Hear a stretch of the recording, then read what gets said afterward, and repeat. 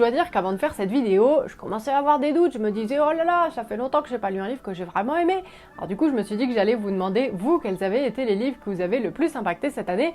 Et je dois dire que je suis pas déçue. Bonjour et bienvenue, ici votre beau vieux Jeannot. Je vous ai demandé sur Instagram quels avaient été vos coups de cœur littéraires de l'année. J'ai fait ma petite sélection, j'en ai pris 5 et je les ai lus et je vais vous en parler aujourd'hui. J'ai quand même eu beaucoup de mal à choisir, je dois vous l'avouer, parce que vous m'avez envoyé énormément de suggestions. Au début, ma première liste, il y avait 18 livres et j'étais vraiment en mode si, mais je peux lire 18 livres en 1 ou 2 semaines, y a pas de problème. Finalement, je me suis calmée, mais je trouvais ça quand même égoïste de garder toutes ces bonnes idées de lecture pour moi, alors n'hésitez pas à aller voir sur mon compte Instagram, j'ai fait un petit post. Le premier livre que j'ai décidé de lire était clairement une valeur sûre puisqu'il s'agit de La discrétion de Faizagen. Je crois que j'ai dû lire tous ces livres sauf un de cette autrice, donc j'avais hyper hâte de découvrir celui-ci.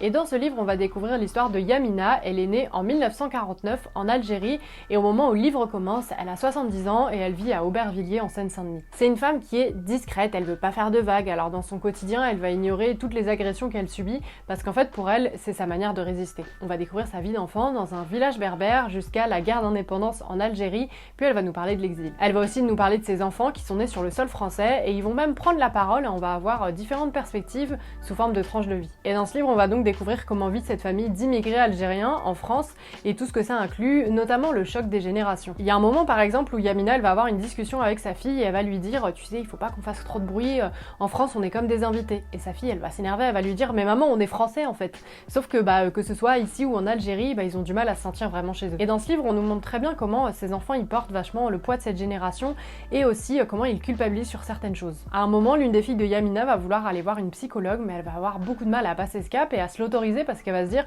qu'est-ce que je suis en train de faire de mon argent en fait, je suis en train de le gaspiller. À mon âge, mon père, lui, il bossait comme un ouf pour nous ramener de quoi manger, qu'est-ce que je suis en train de faire quoi. Ce livre, comme toujours avec cette autrice, vous vous en doutez, ça a donc été un énorme coup de cœur. J'aime beaucoup l'écriture de Faizagen, je trouve qu'elle est hyper simple et pour autant c'est vachement percutant, c'est vachement intime en fait comme manière d'écrire et je trouve que c'est une voix qu'on a besoin d'entendre encore plus. Ensuite, je voulais vous parler d'un livre qui me faisait de l'œil depuis sa sortie concrètement, puisqu'il s'agit de Les Grandes Oubliées de Titou Lecoq. Dans ce livre, l'autrice et journaliste, elle va nous parler de plein de femmes hyper cool, hyper badass, mais pourtant on les a jamais vues dans nos bouquins d'histoire quand on était au collège, même à l'école, au lycée, enfin bref, on en a jamais entendu parler, donc pendant longtemps on s'est dit mais ces femmes elles ont pas existé, alors qu'en fait si. On les a juste mises de côté. Titou Lecoq, elle va donc nous emmener à différents moments de l'histoire. Elle va pas nous faire l'histoire de toutes les femmes concrètement, mais elle va choisir des femmes importantes dont on n'a pas forcément entendu parler et qui pourtant ont marqué l'histoire. Et donc du coup, elle restaure leur mémoire et leur histoire et c'est hyper chouette à lire. Je suis pas du tout déçue de ma lecture. Franchement, j'ai appris plein de trucs et c'est trop le genre de livre, je trouve qu'on a envie d'offrir aux gens autour de nous. C'est trop bien écrit. En plus, c'est hyper drôle. Enfin, il y a plein de petites phrases hyper marrantes, donc franchement, j'ai adoré. En plus, elle touche du doigt quelque chose d'hyper intéressant, un argument qu'on entend souvent quand on essaye de réhabiliter des femmes, artistes, autrices, ce que vous voulez. On dit ouais, c'est des histoires de femmes, c'est politique. En fait, elle nous dit en fait, peut-être que le fait que de base on n'ait pas voulu parler des femmes et dire que les femmes ont fait des trucs, ça c'était politique en fait, parce que ça a été écrit par des hommes. Elle nous explique aussi qu'il y a plein de mots qui existaient déjà, par exemple le mot autrice est pas du tout nouveau, elle revient là-dessus, et que pourtant aujourd'hui on s'enflamme dès que le mot est prononcé. Ça change un petit peu, heureusement quand même. Donc ce livre, il est vraiment giga chouette. Je trouve que c'est un petit manuel hyper sympa à avoir dans sa bibliothèque. Je me suis également plongée dans Le restaurant de l'amour retrouvé d'Ito Ogawa, qui nous raconte l'histoire d'une femme de 25 ans qui a perdu sa voix suite à un chagrin d'amour. Elle va donc aller vivre chez sa mère et son cochon apprivoisé. Oui. Là-bas, elle va ouvrir un restaurant et se rendre compte qu'elle a un énorme don pour la cuisine. Bon, déjà moi de base, vous savez, ça parle de nourriture, donc c'est bon, je suis là, je suis au taquet. Mais en tout cas, je trouve que c'est un livre dans lequel on se plonge assez facilement et qu'on suit aussi assez bien alors qu'il se passe quand même beaucoup de choses. Le personnage principal, il est hyper attachant et je trouve que c'était hyper intéressant en fait comment on nous raconte les liens qu'elle a avec sa mère, ou bon c'est pas toujours facile, normal c'est sa mère, et qu'en fait elle essaye de réparer ça petit à petit. Et elle va se rendre compte que le vrai remède c'est la cuisine. Alors ce livre pour le coup je suis peut-être un tout petit peu plus mitigée, bon déjà je recommanderais pas à tout le monde, celles et ceux qui aiment pas trop les descriptions de cuisine, il y a des moments c'est quand même un peu cru, voilà. Donc c'est un roman où à plusieurs moments j'étais quand même un peu abasourdie.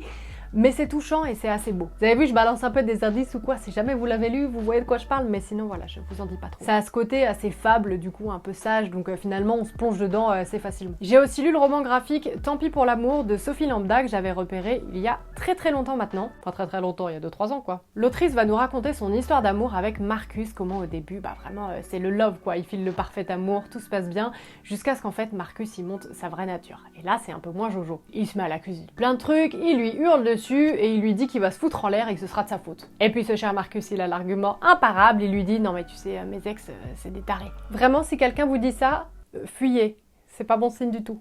Non, non, non. Et la vie de Sophie va se détériorer petit à petit jusqu'à ce qu'elle soit plus que l'ombre d'elle-même. Dans cette BD, elle va nous raconter à la fois l'histoire qu'elle a vécue avec ce manipulateur, mais elle va aussi nous donner beaucoup de clés en fait pour comprendre et pour déceler ce genre de comportement.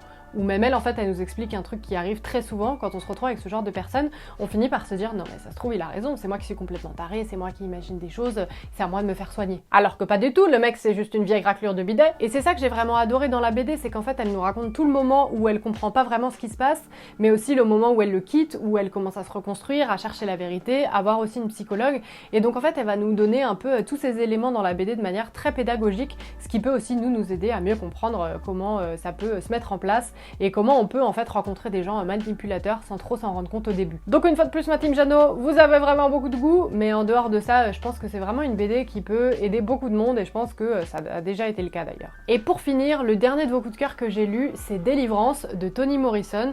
Alors c'est un livre assez court et c'est son dernier roman dans lequel on va suivre Lula Ann Bridwell, née dans les années 90. Elle va naître de parents métis à la peau assez claire, sauf que elle va naître avec une peau très très noire. Ses parents vont rapidement la rejeter et se séparer suite à sa naissance. Au cours de sa vie, en tant que femme noire, elle va donc vivre énormément d'agressions, de discrimination, mais en plus directement de la part de ses parents. Sa maman va par exemple lui dire de l'appeler Sweetness en public parce qu'elle veut pas qu'elle l'appelle maman et que les gens dans la rue se rendent compte que c'est sa fille. Dans ce livre, on va donc découvrir son enfance, mais aussi sa vie d'adulte et différentes perspectives en fait de gens de son entourage, notamment de son copain qui vient de la quitter. C'est un livre qui va aborder la question du racisme endémique aux États-Unis, mais qui va aborder aussi plein de thématiques assez violentes. J'aurais du mal à vous le résumer en quelques mots parce qu'il se passe beaucoup de choses, mais je trouve que c'est un livre qui met vachement aussi en perspective ce truc de quand on a vécu des traumatismes en tant qu'enfant, on va se les trimballer parfois tout au long de notre vie. C'est donc quelque chose qu'on va retrouver parmi plusieurs personnages dans le livre. On va donc avoir aussi différentes natations, ce qui d'habitude, vous le savez, ne me plaît pas trop, mais là je trouve que c'est hyper bien fait, c'est bien entremêlé et ça, on nous explique en fait à la fin pourquoi un peu tous ces personnages sont mis ensemble, donc je trouve que ça marche hyper bien. Ce livre vraiment c'est un coup de cœur. J'ai envie de parler comme si j'étais critique aux un rock, c'est une grosse claque et je trouve que c'est toujours le cas avec les livres de Toni Morrison, il y a un peu ce truc où on n'a pas envie de lâcher quoi, c'est hyper intense et en général je les lis d'une traite parce que vraiment j'arrive pas à les poser quoi. C'est donc tout ce que j'avais pour vous aujourd'hui, j'espère vraiment que cette vidéo vous aura plu, merci beaucoup de m'avoir envoyé toutes vos suggestions de coup de cœur parce que franchement j'ai lu des livres vraiment trop bien et j'ai bien l'intention de continuer avec vos autres suggestions. Si vous voulez aller les voir, eh bien faites un petit tour sur mon compte Instagram et puis moi, je vous dis à très vite dans une prochaine vidéo. Allez, salut!